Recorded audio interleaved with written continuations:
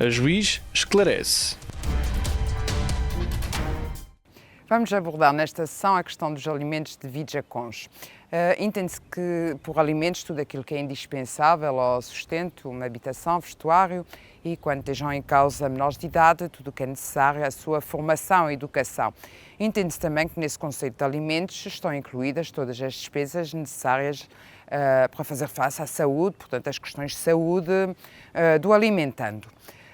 Quando estejam em causa alimentos a cônjuge,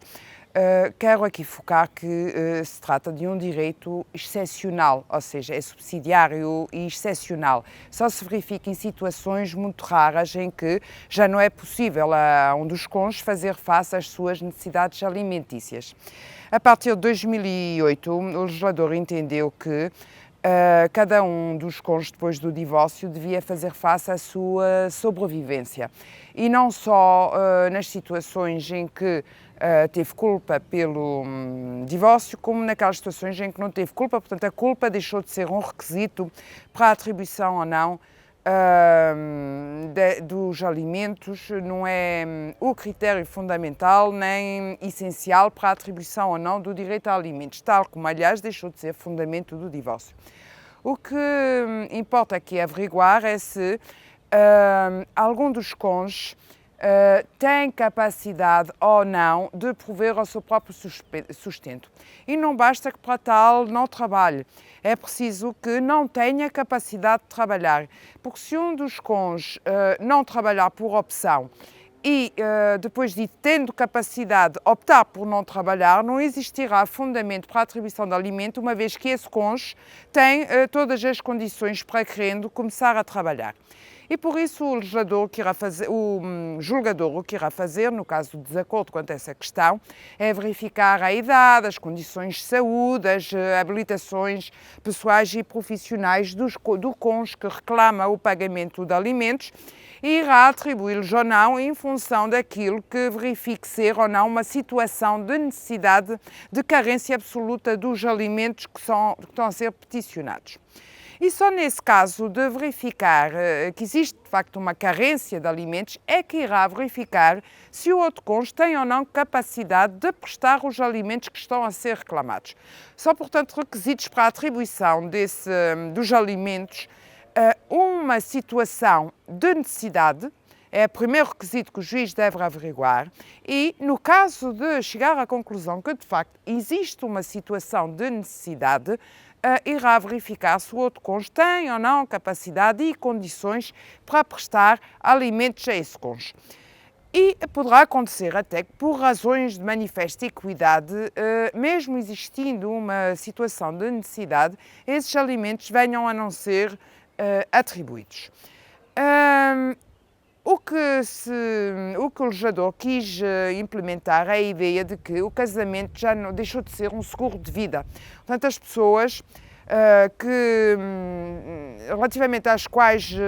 é decretado o divórcio, não podem ter a expectativa de manter o mesmo padrão de vida que tinham enquanto estavam casadas. A partir do momento em que acontece o divórcio, qualquer um dos cônjuges é obrigado a fazer face ao seu próprio sustento. E isto independentemente de um ou de outro ter mais facilidade ou menor facilidade. A partir do momento em que um dos cônjuges dispõe de todas as condições para poder oferecer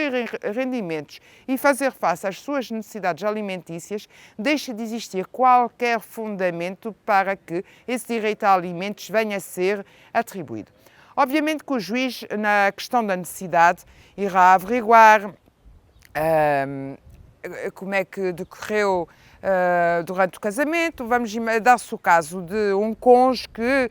durante 30 anos de casamento se dedicou exclusivamente ao lar e aos filhos e não teve as habilitações, não conseguiu obter as habilitações que o outro obteve, porque teve tempo para se dedicar a elas. Portanto, o outro que tem mais facilidade de arranjar um emprego do que o outro cônjuge que se dedicou à vida doméstica, chega ao divórcio com uma idade já avançada, obviamente que todos esses fatores terão de ser ponderados necessidades, porque poderá haver maior ou menor facilidade no acesso ao mercado de trabalho e, em função da maior dificuldade que esse cônjuge poderá ter, poderá configurar uma situação de necessidade, porque importará um sacrifício inexigível para uma pessoa que teve tantos anos casada a ocupar-se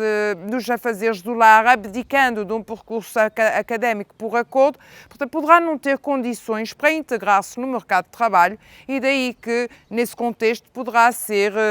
exigível do outro cônjuge que dispôs todas as condições e mais alguma para progredir e de oferir rendimentos com facilidade, poderá ser uma das situações em que o juiz poderá impor uma prestação alimentar se chegar à conclusão que aquele cônjuge que dedicou toda a sua vida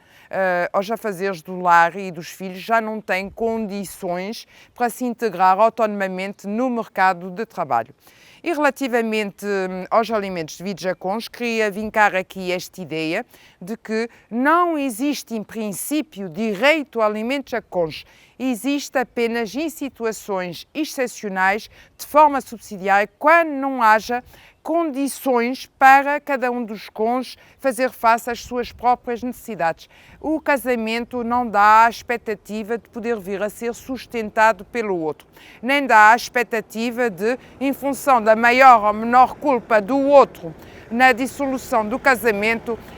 haver uma expectativa em função da culpa do outro deste vir a assegurar o sustento do cônjuge menos culpado. Isso já não é requisito para a atribuição ou não dos alimentos e são apenas situações relacionadas, requisitos relacionados com a sobrevivência do cônjuge e com a incapacidade que ele tem de fazer face às suas próprias necessidades, que esse direito poderá ou não vir a ser reconhecido. E quanto aos alimentos devidos a cônjuge, penso ter dito o essencial. Bem-aja pela atenção.